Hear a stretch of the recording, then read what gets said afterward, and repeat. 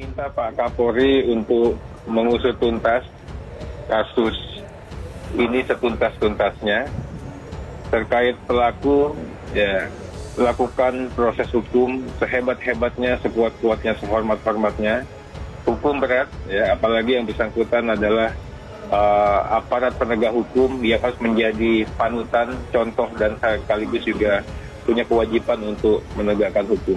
Kemudian saya ingatkan, menghadapi era keterbukaan, tentunya rekan-rekan harus peka.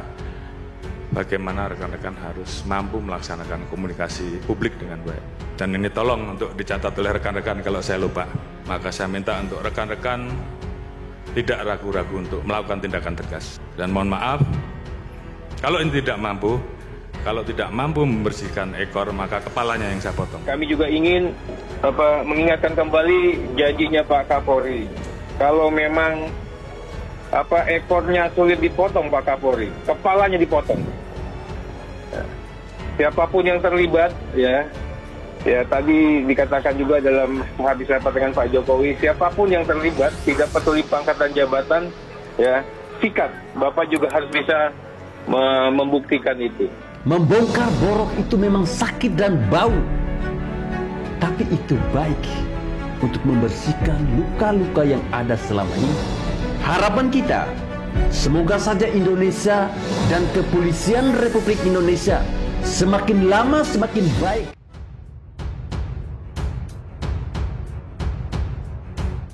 Nasib Teddy Minahasa, polisi tajir dari Pasuruan, batal jadi Kapolda Jatim, kini terancam dihukum mati.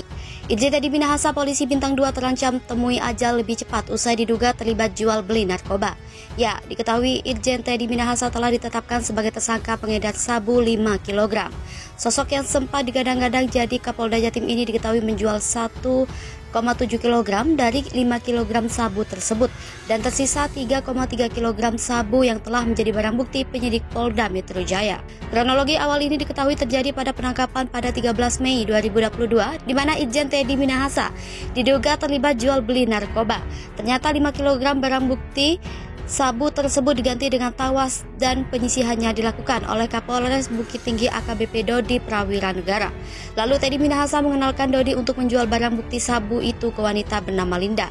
Menurut gelar perkara, hal ini diketahui dari riwayat pesan Linda. Selanjutnya, Dodi menjual sabu itu ke Arif, rekan dari Linda. Dodi menjual sabu tersebut seharga $241.000 Singapura atau sekitar 300 juta rupiah. Hasil uang penjualan itu pun lalu diterima oleh Teddy Minahasa. Sebelumnya Kapolri Jenderal Listio Sigit Prabowo membenarkan adanya penangkapan terhadap Teddy Minahasa. Listio juga mengatakan akan menindak tegas pelaku khusus narkoba tak peduli pangkat dan jabatannya. Listio juga membeberkan kronologi awal hingga Teddy Minahasa ditangkap terjadi kasus terkait kasus narkoba. Ia ungkapkan pihaknya sempat menangkap anggota polisi berpangkat Bribka dan kompol dengan jabatan Kapolsek. Sebelum 2 anggota polisi itu diamankan, Listio mengatakan pihaknya telah menangkap 3 orang yang merupakan warga sipil. Listio pun memerintahkan pengembangan dan mengarah ke penangkapan terhadap anggota polisi lain yang berpangkat AKBP yaitu mantan Kapolres Bukit Tinggi Sumatera Utara. Lalu, katanya ada keterlibatan Irjen Teddy Minahasa dalam kasus narkoba tersebut. Sesuai Divpropam, diperintahkan untuk melakukan pemeriksaan terhadap mantan Kapolda Sumatera Barat itu. Setelah itu, Listio mengungkapkan pada Jumat pagi, Teddy Minahasa telah ditempatkan di tempat khusus. Pasca penangkapan itu, Listio meminta agar tetap diproses secara etik dan pidana. Terancam hukuman mati.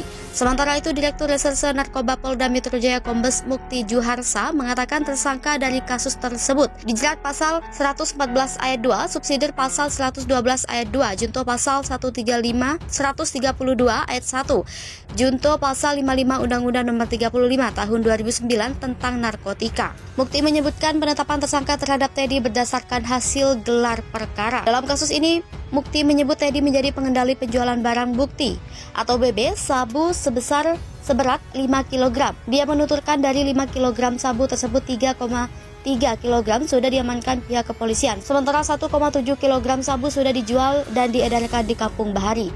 Keterlibatan Teddy dalam jaringan gelap narkoba ini terungkap setelah tim dari Polres Jakarta Pusat mendapatkan laporan informasi dan keluhan masyarakat.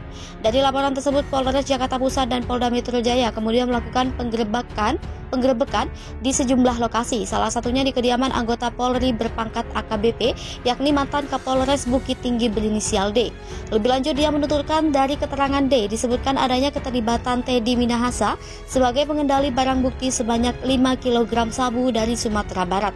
Selain Teddy dan bekas Kapolres Bukit Tinggi, sejumlah warga sipil dan anggota Polri berpangkat Bribka dan Kompol juga turut terlibat dalam kasus tersebut. Kronologi penangkapan Irjen Teddy: Kapolda Jatim Irjen Teddy Minahasa Putra terancam hukuman mati setelah diciduk terlibat kasus peredaran narkoba. Keterlibatan Irjen Teddy pada bisnis gelap ini langsung diungkap oleh Kapolres Metro Jakarta Pusat Kombes Pol Komarudin. Kapolres Metro Jakarta Pusat Kombes Pol Komarudin menyampaikan kronologi lengkap penangkapan Irjen Teddy Minahasa Putra. Ia menjelaskan awalnya pihaknya telah melakukan penggerebekan terhadap seseorang yang diduga sebagai pengedar sabu berinisial HE pada Senin 10 Oktober 2022 pukul 20.00 WIB.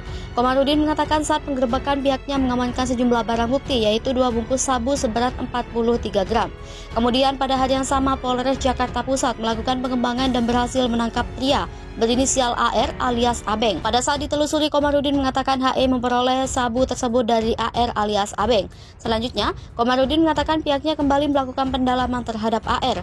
Kemudian AR menyebut bahwa sabu yang diperoleh dari AD yang merupakan anggota polisi Polres Metro Jakarta Barat. Polisi pun langsung melakukan penggeledahan di rumah AD tetapi tidak menemukan barang bukti apapun. Lalu Komarudin mengatakan AD mengakui bahwa sabu yang diamankan adalah miliknya. Ade mengatakan sabu tersebut diperolehnya dari anggota polisi lain berpangkat Kompol KS yang merupakan Kapolsek Kalibaru. Selanjutnya, Komarudin mengatakan pengembangan terkait penggerebekan sabu ini dilanjutkan oleh Dir Narkoba Polda Metro Jaya. Baca preskan Anies Baswedan Nasdem tabuh genderang perang dengan PDIP. Deklarasi Anies Baswedan sebagai bakal calon presiden dinilai langkah politik Partai Nasdem untuk memulai genderang perang dengan calon dari partai lainnya. Sebab dengan baca preskan Anies bisa dimaknai sebagai cara Nasdem mengambil sikap politik beda dengan pilihan capres terhadap penguasa. Menurut Direktur Riset Indonesia Presidential Studies, Arman Salam kekuasaan yang dimaksud adalah PDIP. Presiden Jokowi adalah kader PDIP. Pengamatan Arman dalam konteks politik memang terkesan Jokowi mampu mengatasi tekanan PDIP sebagai presiden. Namun demikian, banyak fakta intervensi PDIP yang begitu kuat atas berbagai kebijakan strategis pemerintahan. Dalam pandangan Arman, saat ini Presiden Jokowi harus lihai bersikap sebagai presiden atau kepala negara.